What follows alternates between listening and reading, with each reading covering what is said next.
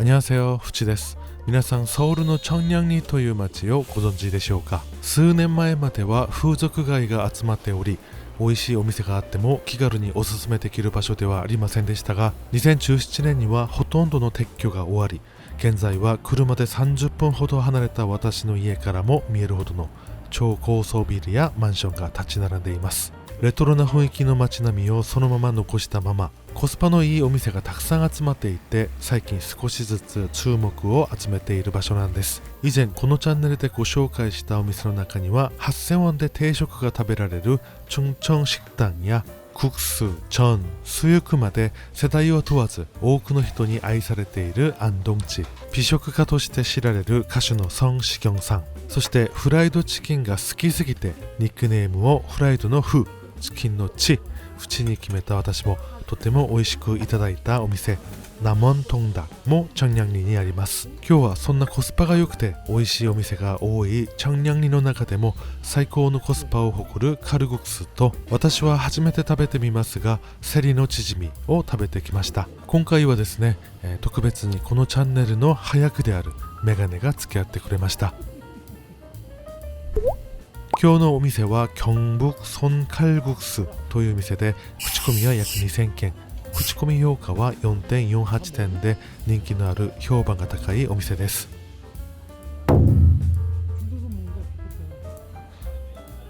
1969年にオープンし57年にもなるかなり歴史のあるお店なのですが、店内は思ったより広く清潔な方でした。私たちは平日の午後2時を少し過ぎた時間に伺いましたが、まだお客さんが結構いて、食事が終わるまで途切れることなくお客さんが来店していました。メニューです。カルグクス、ゆでタコ、チヂミ、蒸しアワビなど意外といろんなメニューがありますが、私たちはこのお店の定番メニューであるカルグクスとセリのチヂミを注文しました。ちなみに私は韓国の美味しいお店を皆さんに紹介しております。これからもたくさんのお店を紹介しますので、よかったらチャンネル登録をお願いします。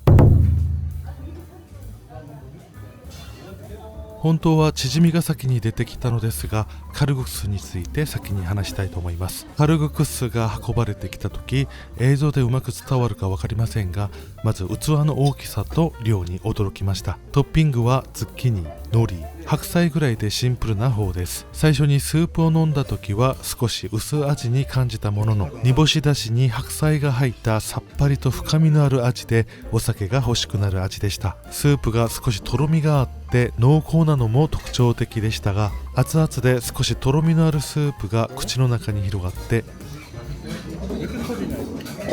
思わずおっさんの音を出してしまいました。麺は小麦粉の生地にきな粉を混ぜているため、他の麺に比べて香ばしい味がしました。かなり柔らかい麺なんですが、麺の硬さにより少し好みが分かれるかもしれません。というかめっちゃ熱かったです。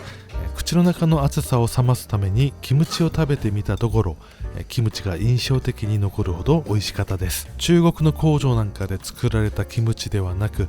自家製のキムチ、しかも毎日キムチをつけるそうで、味が強すぎず新鮮でシャキシャキとした食感も良く、少し素朴に感じられるかもしれないカルグクスに彩りを添えてくれる味でした。ちなみにキムチのおかわりはお店の奥にあるセルフバーでしてください。このお店のカルグクスの特徴、それはテーブルの上に置かれた特製のタテギとごま油を加えてビビン麺のように食べられることです。高んまりのタテギとは少し違っていて、あちらのタテギより少し辛く味が薄いので、このように私みたいに3倍は入れて食べるのがおすすめですというのは嘘です。失礼しました。実際は高んまりのタテギよりもしょっぱいので、1杯か半分ぐらいが適当だと思いました。タテギに長ネギが入っているので、ピリ辛さやネギのうまみ、そしてごま油の香ばしさがカルグクスの味をぐっと引き立ててくれて、私はこちらの方が好みでした。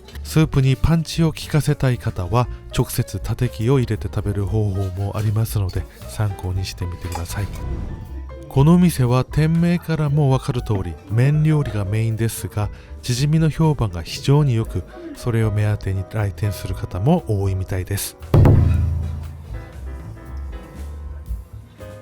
こちらのセリのチヂミは生地を最小限に抑え、セリをたっぷぷり使って揚げ焼きにするスタイルです。コスパ自慢のお店らしく、セリの量もたっぷりでサイズもかなり大きかったです。まずは醤油につけて一口食べてみたところ、最初は醤油の味が主役ですが、後から追いかけてくるチヂミ特有の香ばしさとセリの風味が絶品でした。そこでここのキムチは絶品だったということを思い出し、一緒に食べてみたのですが、白菜キムチのシャキシャキ感とうまみ、チヂミの香ばしさ、そしてセリの香りが見事に調和して、思わずうなずいてしまうような安定の美味しさを見せてくれました。このチャンネルの早くとゆっくり話をしながら食べていたため、最後の方はチヂミが冷めてしまいましたが、それでも風味は全く損なわれず、ここを訪れるならぜひ注文していただきたい一品です。つけだれの醤油もセルフバーにあるので、足りない方はそちらを利用してください。そうようです。このお店のカルグクスはこのお店ならではの特徴がしっかりと感じられる一品でした。個人的な好みで正直に申し上げますと、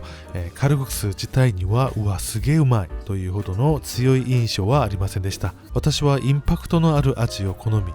コシの強い麺が好きなので、日本で片面ばっかり食べている私の好みとは真逆のスタイルだったからです。ですが美味しさを感じるポイントは人それぞれですので、調味料を使わずあっさりとした優しい味を好む方にはぜひおすすめしたいお店です。それから大食いの方にとっても嬉しいお店ではないでしょうか。麺とスープ食べ放題なので、足りない方は店員さんにお願いすればおかわりをいただけます。チヂミに関してはセリのチヂミをこの日初めて食べたのですが、これほど美味しいものなんだと知ることができて嬉しかったです。このお店のレビューを見ると、麺よりチヂミへの好評が目立つほどで、次に伺うときは他のチヂミも食べてみたいと思いました。カルグクスもチヂミもどちらもお酒によく合うので、お酒好きの方にもぴったりです。お酒が好きな当チャンネルの早くメガネも満足そうに飲んでいました。一人ご飯 OK で一人ご飯をしている方も多かったです。一人ご飯席がありますが、満席になった場合相席をする場合もありますので参考にしてください。お手洗いは店内の奥、厨房の隣にあり、男女別になっています。おかみさんも店員さんも親切で、食後も気持ちよくお店を出ることができました。ごちそうさまでした。最後にアクセス方法です。最寄り駅はチョンニャンリ駅の3番出口です。3番出口を正にして約50メートルほど歩くと、チョンニャンリ木茶横丁が出てきますが、そこに入ってさらに30メートルほど進むとお店が見えてきます。今回のお店、キョンブクソンカルグクスの食レポはここまでです。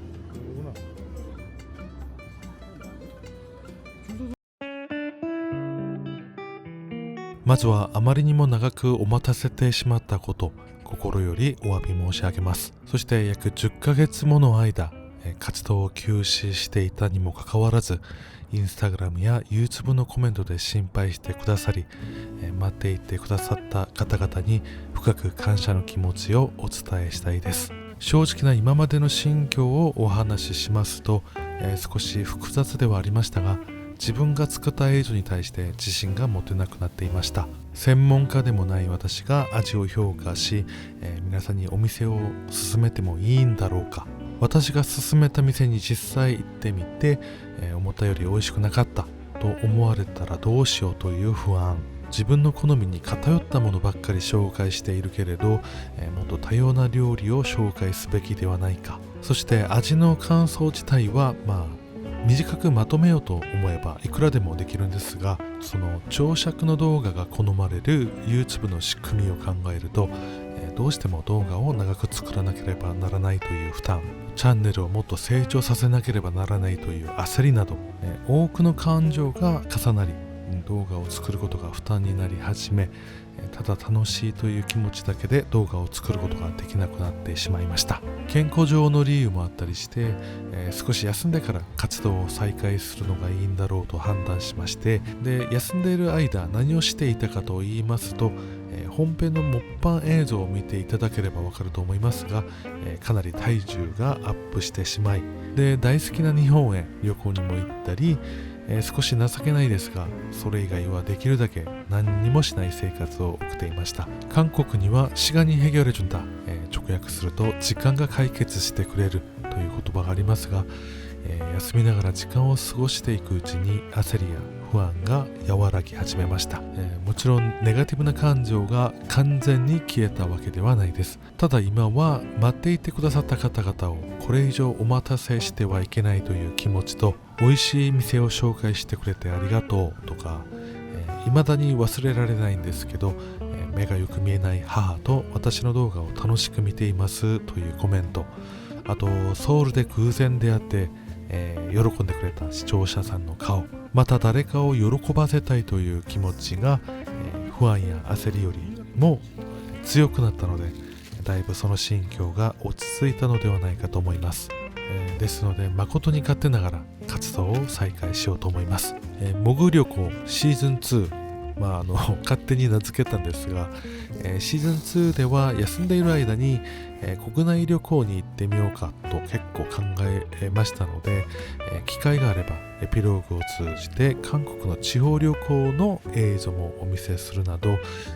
り多様な場所の映像を発信できるようにしたいと思います。改めて待っていてくださった皆さん、